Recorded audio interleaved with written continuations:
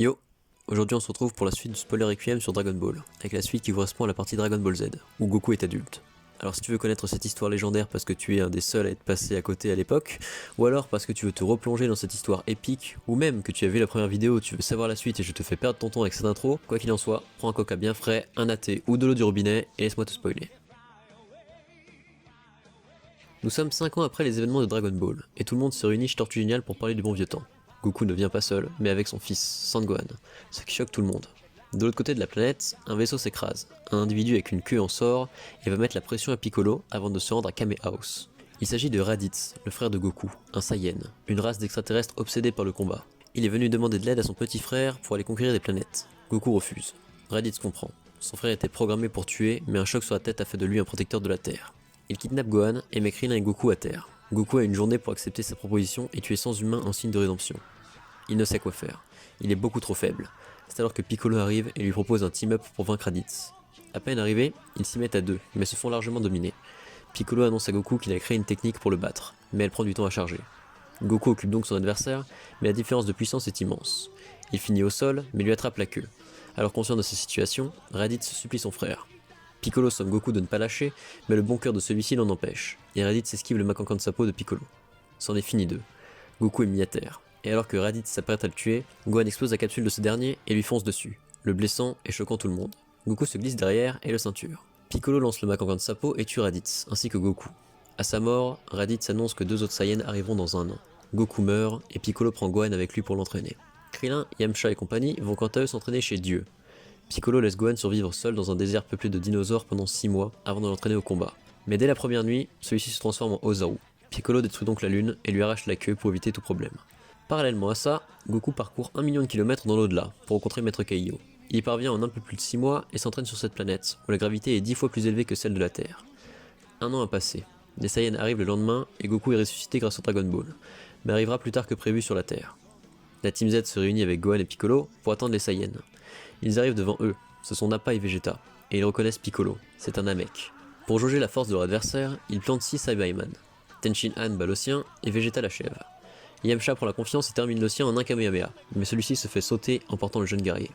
Krillin s'énerve et en tue 3, Piccolo tue le dernier et Nappa se prépare à les combattre seul. Il charge Tenshin Han et détache son bras de son corps d'un simple coup de poing, le mettant à terre. Krillin tente d'aller le voir, mais Nappa lance une déflagration. Pendant ce temps, Chaozu passe derrière et se fait sauter. La Team Z commence à faire l'éloge funèbre de Chaozu, mais Nappa réapparaît, ça ne lui a rien fait. Krillin et Piccolo tentent de le frapper lors d'une ouverture, mais Gohan prend peur, et ne suit pas, ce qui fait tout foirer, et énerve Piccolo. Sous la colère, Tenshin Han lui lance un Kiko de toutes ses forces et meurt d'épuisement. Piccolo, Gohan et Krillin sont en sueur, car cette attaque était tout aussi inutile que la précédente. Alors que Nappa commence à les attaquer, Vegeta le stoppe. Il attend Goku. Au bout de 3 heures, il s'impatiente et le combat reprend. Krillin lui lance un Kienzan et Nappa l'esquive grâce à Vegeta. Gohan tente de retenir Nappa le temps que Goku arrive et lui met un kick, mais le chauve concentre son énergie et fait feu sur Gohan. Piccolo s'interpose, Gohan l'a changé. Il a été le seul avec Goku à être empathique à son égard. Dans un dernier soupir, il lui dit de fuir. Le tout-puissant meurt aussi. Gohan concentre un Masenko qui échoue, et alors que Nappa tente de terminer ce qu'il avait commencé, Goku arrive. Il met une énorme branlée à Nappa et se sert du Kaioken, une technique de Kaiô qui multiplie la puissance de combat de l'utilisateur. Nappa demande de l'aide à Vegeta, qui l'achève. Cela va se jouer entre lui et Goku. Afin de ne pas endommager les corps, il change de lieu. Vegeta surclasse largement Goku, et s'amuse avec lui, jusqu'à ce que celui-ci claque le Kaioken x3 et le fasse saigner. Pour Vegeta, qu'un déchet comme Goku le fasse saigner est un affront. Il concentre un énorme canon Garrick et le lance sur Goku, qui le contre, et fait un Kameha jumelé au Kaioken x4, qui envoie Vegeta dans la stratosphère.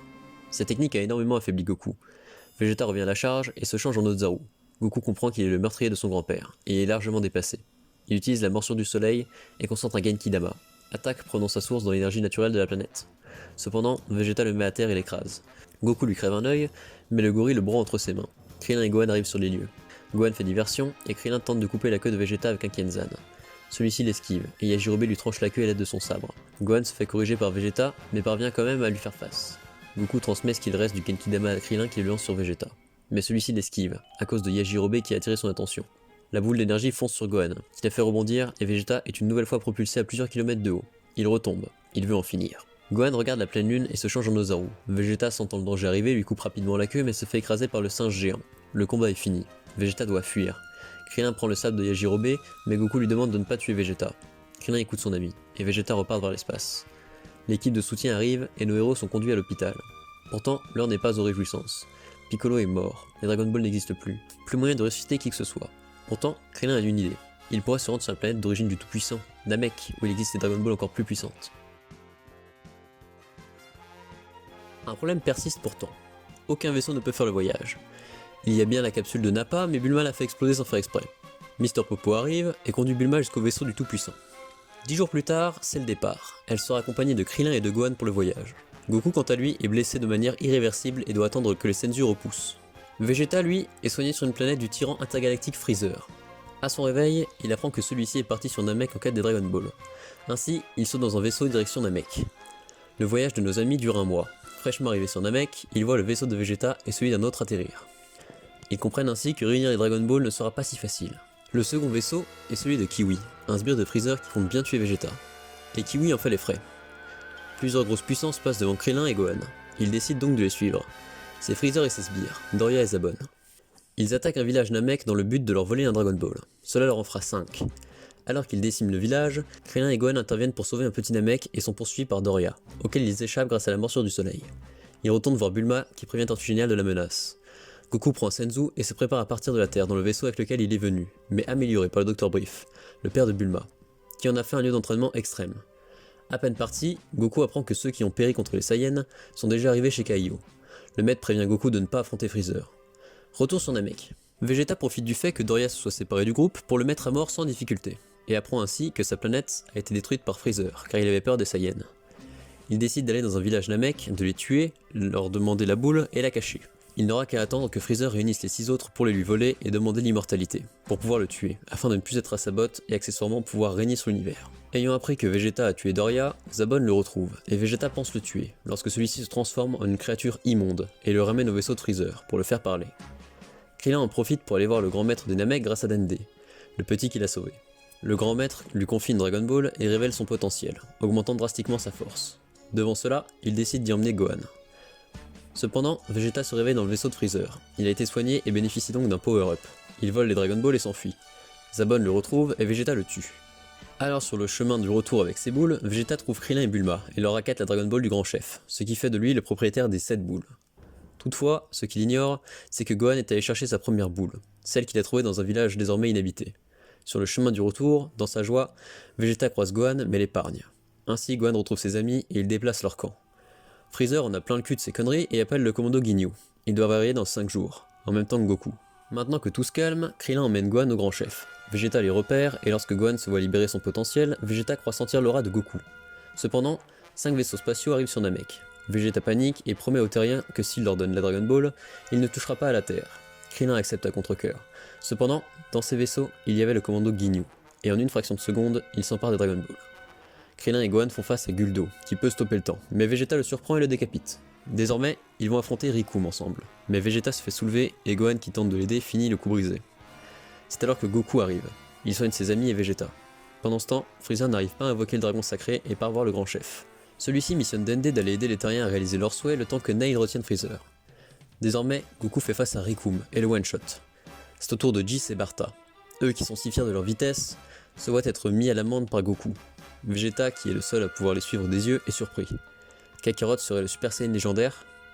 Pourtant, il en doute, car celui-ci épargne ses ennemis. Vegeta achève Rikum et Barta, tandis que Jis s'enfuit. Ginyu arrive, et Vegeta fuit. Goku se retrouve seul. Mais devant sa puissance, Ginyu prend possession de son corps et retourne au vaisseau de Freezer, où Krillin, Gohan et Vegeta viennent de déterrer les boules.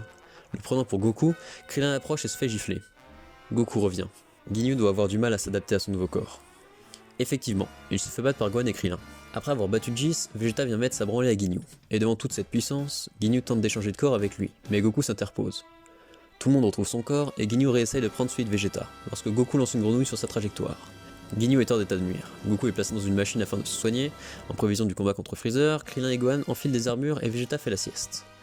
Profitant de ce répit, Krillin, Gohan et Dende invoquent Porunga, le dragon de Namek, qui leur accorde 3 vœux. Cependant, il ne peut ressusciter qu'une personne à la fois. Leur premier vœu est donc de ramener Piccolo à la vie, afin de pouvoir ramener le Tout-Puissant avec lui. Le second est de l'amener sur Namek, pour qu'il puisse venger son peuple. Vegeta se réveille et s'énerve. Krillin lui autorise l'immortalité pour le dernier vœu, mais le doyen décède de vieillesse et Porunga avec. Freezer se retrouve derrière eux, et ne semble pas très content de l'opération. C'est la merde, mais Vegeta pense qu'ils ont une chance s'ils se battent tous ensemble. En effet, il y a match, mais Vegeta pêche par orgueil et demande à Freezer de se transformer pour qu'on en finisse. Freezer s'exécute et acquiert une puissance démesurée. Alors terrifié, il leur apprend également qu'il lui reste 2 transformations. Pour commencer, il empale Krillin et s'amuse un peu. Puis c'est au tour de Gohan et de Vegeta. Mais Piccolo, qui a fusionné avec Nail en chemin, arrive et est au-dessus du niveau de Freezer. Celui-ci se transforme en xénomorphe afin de ne pas se mettre en danger. Sous cette forme, il torture Piccolo qui, il y a quelques minutes, le dominait. Gohan pète un câble et charge Freezer, ce qui choque Vegeta. Gohan a un si grand potentiel en lui. Dende, quant à lui, soigne successivement Krillin et Piccolo. Vegeta demande à Krillin de le blesser mortellement, comme ça Dende le soigne et il bénéficiera d'un Zenkai, power-up inhérent à sa race. Krillin s'exécute, mais Dende met du temps à le faire, car Vegeta a tué des Namek. Le Saiyan n'apprécie pas et en remerciement gifle le Namek. Freezer est de nouveau en danger, il se change alors en sa dernière forme. Bien qu'il fasse la taille d'un gamin, il tue Dende, puis démonte tout le monde, et torture Vegeta, empêchant les autres d'intervenir. Goku, qui s'est rétabli, arrive alors. Il rappelle à Freezer le Saiyan qui s'était opposé à lui lorsqu'il a détruit la planète Vegeta. Freezer achève Vegeta, et celui-ci révèle à Goku que c'est Freezer qui a détruit leur planète, et réduit les survivants en esclavage. Il lui supplie de les venger dans un dernier sanglot, ce qui ne manque pas de toucher Goku. 5 heures, c'est le temps que dure cet affrontement en animé. On va tenter de le résumer sommairement, hein. Goku tente de se battre en Kaioken x20 mais Freezer s'amuse avec lui. Même s'il subit nombre de coups, il se bat même sans les mains durant un court laps de temps. Goku sent que son corps ne tiendra pas longtemps, de plus son énergie faiblit. Il tente donc de faire un Genki-Dama avec l'énergie de Namek et celle des planètes proches. Cela marche un temps, mais Freezer s'en rend compte, et Goku ne peut lancer la boule. Celle-ci ne tuerait pas l'ennemi. Piccolo intervient donc pour gagner du temps. Ça y est. Goku lance la boule, ce qui transpercera littéralement la planète. Malheureusement, alors que les héros fêtent la victoire, Freezer se relève, empli de rage. Il blesse sérieusement Piccolo et fait exploser Krillin en guise d'avertissement. Devant ce meurtre, Goku cède à la rage et se transforme en Super Saiyan. La légende était donc réelle. Goku somme à son fils de s'enfuir et Freezer, qui n'est pas effrayé par une blonde peroxydée, engage le combat, mais se fait dominer. Il décide donc de libérer toute sa force. Le Tout-Puissant appelle Kaiô et lui dit qu'il a réuni les Dragon Ball. Ils font le vœu de ramener à la vie toutes les victimes de Freezer et ses hommes, dont le doyen mort de vieillesse, ce qui ramène Porunga à la vie. Dende fait alors le vœu d'envoyer tout le monde sur Terre sauf Goku et Freezer, qui continuent de se battre. Freezer est toujours dépassé, et lance une attaque qui fera exploser Namek dans 5 minutes. 5 longues minutes. Bref, Goku doit se dépêcher, parce que Freezer peut survivre dans le vide spatial, contrairement à lui. Goku esquive les attaques de Freezer et les retourne contre lui. Par pitié, il lui lègue de son énergie pour qu'il puisse survivre, mais Freezer profite de ce sursis pour essayer d'éliminer Goku qui termine le travail. Seulement, il essaye de prendre le vaisseau de Freezer, mais il est détruit. Goku n'a plus de temps et la planète explose. 136 jours plus tard, les Dragon Ball de Namek fonctionnent de nouveau, et ne peuvent ressusciter Goku, car il n'est en réalité pas mort, et zone dans l'espace. Ils ressuscitent donc leurs amis et renvoient les Namek sur une planète habitable. Un an plus tard, un énorme ki se fait sentir sur Terre. C'est Freezer. Toute la Z-Team se retrouve sur le lieu, prêt à mourir pour défendre leur planète, mais Freezer débarque avec son daron, et un homme mystérieux se transforme en Super Saiyan et le découpe avant de le détruire avec un Kikoa. Il enchaîne avec le père de Freezer, qui fait clairement un caméo, et annonce à la Z-Team que Goku atterrira 3 heures plus tard. Il attend avec eux. Le jeune homme n'avait pas menti, et Goku atterrit. Trunks le prend à part, teste sa puissance, et lui explique qu'il est le fils de Bulma et Vegeta, qu'il vient d'un futur apocalyptique, et que dans 3 ans, 2 cyborgs débarqueront et détruiront le monde. Le seul survivant de la Z-Team sera Gohan, qui deviendra le maître de Trunks.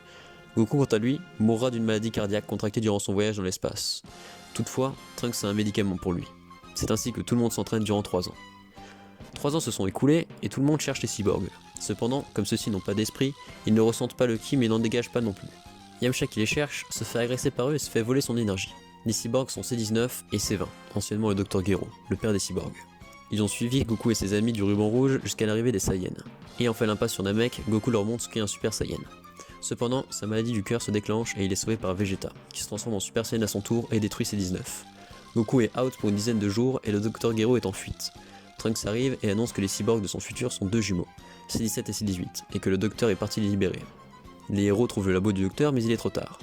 Il libère ces créatures, mais elles prennent le contrôle, le tuent et libèrent C16, un robot surpuissant détestant la violence. Vegeta ricane, il va se les faire tout seul. C18 s'avance mais ce n'est pas parce que c'est une femme que Vegeta va se retenir, et pourtant elle le bat sans trop forcer et lui casse les 2 bras. Le reste de la Z-Team intervient et se fait rouster. Krillin, qui est alors le dernier debout, gratte un bisou de la demoiselle et soigne ses potes qui ont été épargnés. C17 souhaite tuer Goku, mais préfère prendre son temps pour le trouver, ce qui permet à sa famille de le cacher. Alors sur le retour, Bulma envoie un fax à Gohan et Trunks. Une time machine semblable à celle de Trunks a été retrouvée dans une jungle. Les 3 protagonistes se rendent sur les lieux, et il s'agit effectivement de la time machine de Trunks. Seulement, elle est arrivée ici 1 an avant lui, et a fondu de l'intérieur. D'ailleurs, non loin de là, Gohan trouve une chrysalide. Parallèlement, les habitants des villes disparaissent. Piccolo fusionne avec Dieu pour devenir plus puissant et se rend sur place. Il s'agit de Cell, un être créé par l'ordinateur du Dr Gero et qui vient d'un futur où il a tué Trunks de son époque qui s'apprêtait à retourner voir les membres de la Z-Team pour leur annoncer avoir vaincu les cyborgs. Cell a été créé pour fusionner avec C-17 et C-18. Trunks les ayant tués à son époque, Cell retourne à l'état de larve et utilise la machine. Voilà qui explique tout. Cependant, Cell dévore l'énergie de nombreux humains afin d'être assez puissant pour absorber les cyborgs. Comprenant qu'il ne fait pas le poids face à Piccolo, il fuit et se cache. Durant ce temps, Goku se rétablit et propose à Gohan, Trunks et Vegeta un entraînement intensif dans la salle de l'esprit et du temps. Une salle où il passe un an, le temps qu'une journée s'écoule dans la réalité. Mais où seules 2 personnes peuvent aller en même temps. Et pas plus de 48 heures. Vegeta et Trunks entrent en premier, pendant ce temps Piccolo affronte C-17 et fait jeu égal. Cell, sentant l'énergie de Piccolo, se joint à eux. Le Namek et le cyborg s'allient contre le monstre, mais C-17 se fait absorber. Piccolo se fait défoncer et Tenshin Han ainsi que C-16 essayent de gagner du temps pour protéger C-18.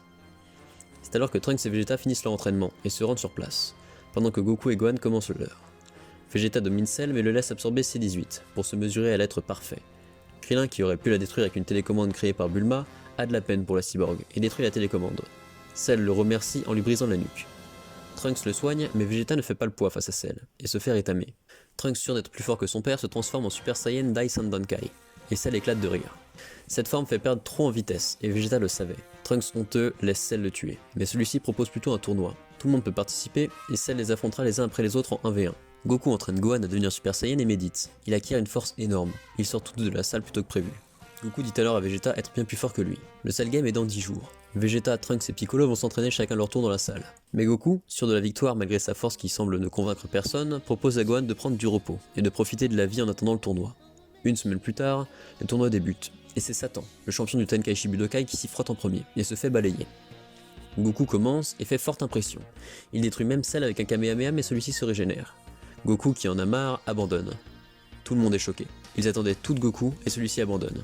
Goku rit et envoie son fils au charbon à sa place. De plus, il soigne Cell par souci d'équité. Tout le monde panique, mais Gohan y va, et n'est pas au niveau. Il hurle de toutes ses forces et Piccolo fait culpabiliser Goku. Gohan n'a que 9 ans. N'aime pas se battre et se demande pourquoi son père accorde plus de crédit à l'équité d'un match qu'à la vie de son fils. Afin d'avoir un bon combat final, Cell fait 7 enfants en live et ceux-ci ont victimisé la Z-Team. C'est C-16 qui, lancé sur le terrain par Satan, dit à Gohan de protéger le monde et se fait détruire par Cell. Gohan explose de rage et se transforme en SSJ-2. Il vole les Senzu à Cell et détruit les Cell Junior. Le monstre jubile, il va avoir un beau combat. Mais Gohan le défonce en 2 coups de poing et Cell vomit ses 18. Tout est fini. Mais Gohan, qui veut le faire souffrir, ne le tue pas. Cell essaye de se faire sauter en emportant la planète, mais Goku se téléporte avec lui chez Kaio.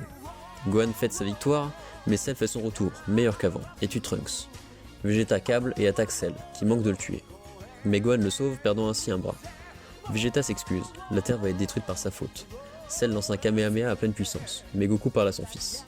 Celui-ci concentre toutes ses forces et on assiste au meilleur combat de Kamehameha du manga, que Gohan remporte. La Terre est sauvée. Tout le monde est ressuscité, et Goku, souhaitant rester au paradis pour éviter que des menaces viennent sur Terre pour lui, permet à Krillin de demander à Shenron d'enlever les bombes à l'intérieur des cyborgs. 7 ans plus tard, la paix règne sur Terre, et Gohan va au lycée. Ne pouvant tolérer les crimes, il essaye d'allier sa vie de héros avec celle d'étudiant. C'est ainsi qu'il attire l'attention de Videl, la fille de Satan, qui le fait chanter pour qu'il participe au Tenkaichi Budokai qui se tiendra le mois suivant. Vegeta, souhaitant se mesurer à Gohan, même s'il a négligé son entraînement, s'inscrit, de même que Goku. Gohan s'entraîne alors avec Goten, son jeune frère né après la mort de Goku, qui peut déjà se changer en Super Saiyan, de même que Trunks, qui lui a 8 ans. Videl apprend également à voler auprès de Son Gohan. Le jour du tournoi est arrivé, et tout le monde se retrouve. Krillin a même une fille avec ses 18. Le tournoi commence par les juniors qui se termine par le combat de Goten et Trunks. Remporté par Trunks, qui a même le plaisir de battre Satan la légende. La partie adulte commence par Krillin qui bat son adversaire en un coup. Piccolo quant à lui affronte le dieu des dieux et abandonne. S'ensuit alors le combat de Videl contre Spopovich, un monstre de muscles qui la torture. Gohan s'énerve et la soigne avec les Senzu. C'est d'ailleurs à son tour. Il affronte Kibito, qui lui demande de devenir Super Saiyan. Gohan s'exécute et Yamu et Spopovich lui volent son énergie. Les héros partent à leur poursuite afin d'empêcher un sorcier nommé Babidi de réveiller un démon millénaire, Boo. À peine arrivés, Piccolo et Krillin se font pétrifier par Dabra, forçant les héros à rentrer dans le vaisseau des méchants. Au premier étage, il y a Pupui, qui se fait détruire par Vegeta. Au second, Goku se frotte à Yakon et le fait exploser. C'est maintenant au tour de Gohan d'affronter Dabra, et le combat s'avère difficile. Vegeta trépigne d'impatience car il veut se battre contre Goku, mais Gohan ayant négligé son entraînement est devenu faible. Babidi prend alors le contrôle de l'esprit de Vegeta qui devient Majin Vegeta. Il se téléporte au championnat où Vegeta tue des innocents, forçant Goku à l'affronter. Gohan et Kaioshin essayent d'empêcher le réveil de Boo mais arrivent trop tard. Ils se font défoncer et Dabra meurt. Le combat entre Goku et Vegeta se finit sur un match nul, car Goku ressent la menace de Boo et Vegeta l'assomme pour gérer le problème seul. C'est lui qui a provoqué cela. Il prend Trunks dans ses bras, puis va affronter Boo. Il décide de se faire exploser et de l'emporter dans la mort. Pourtant, Boo a survécu. Et Goku se réveille et ne voit comme solution que la fusion. Il commence à l'enseigner à Goten et Trunks, mais Babidi détruit des villes. Trunks va récupérer le dragon radar et Goku fait une démonstration de sa force à Boo, en dévoilant le Super Saiyan 3, puis retourne au paradis. Sentant le Kid Gohan, il se téléporte vers lui. Celui-ci est dans le monde des Kaioshin avec Shin et Kibito. Et il a déterré l'épée légendaire du lieu en question, faisant de lui le souverain légitime du royaume de Grande-Bretagne. Et il s'entraîne avec. Goku lui lance du Kachin, le métal le plus dur de l'univers, et l'épée se brise, laissant sortir le Rodai Kaioshin, qui peut réveiller le potentiel de Gohan en 25 heures de danse endiablée.